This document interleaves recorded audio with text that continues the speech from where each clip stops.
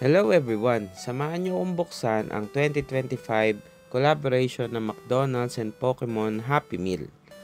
Ako nga pala si Howie at napagdesisyon ko ng mag-collect ng Pokemon cards ngayong 2025 at sinimulan ko nga siya ngayon sa pag-collect ng Happy Meal ng McDonald's.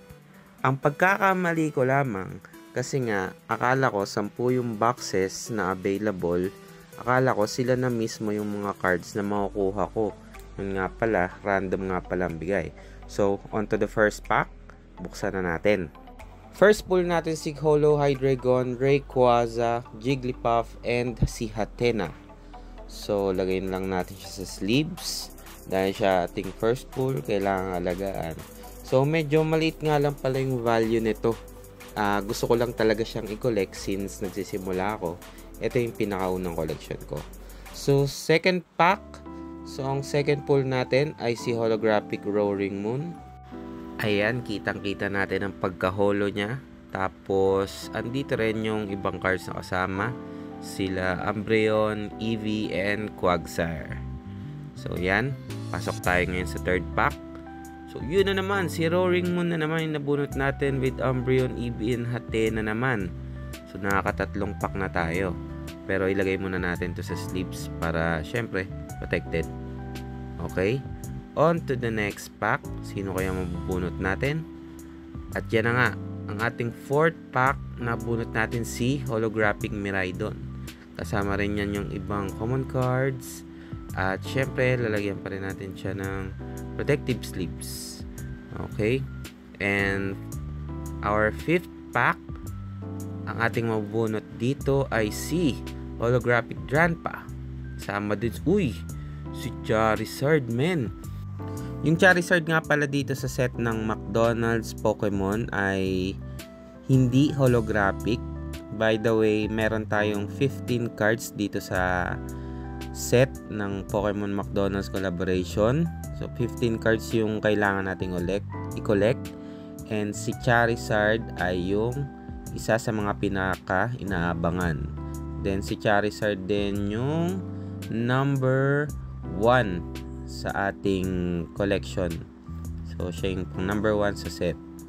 Ayan. So, buti na lang nakapull tayo ng Charizard kaagad dito sa ating mga packs.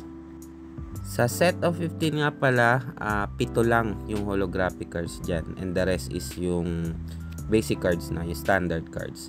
Then, on to our 6th pack.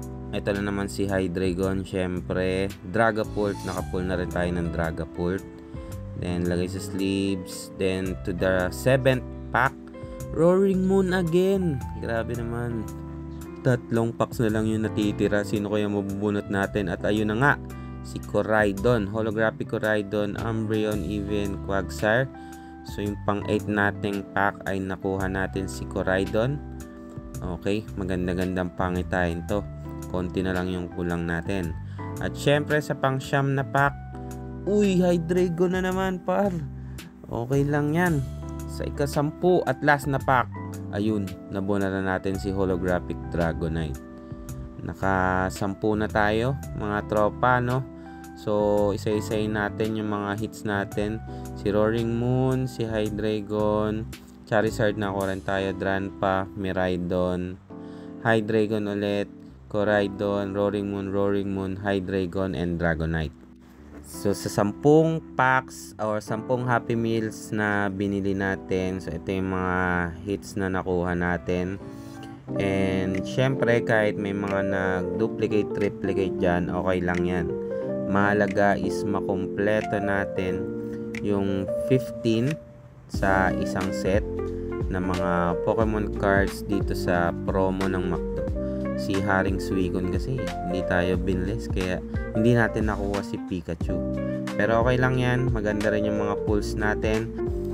At mag-recap lang ulit tayo ng ating nakuha, no? So, card number 1 si Charizard, number 2 si Miraidon, 4 si Jigglypuff, 5th si Hatenna, 6 si Dragapult, 7 si Quagsire, 8 si Koraidon, 9 si Umbreon, 10 si Hydreigon, 11 si Roaring Moon, 12 si Dragonite, 13 si Eevee, 14 si Rayquaza, and 15 si Dranpa.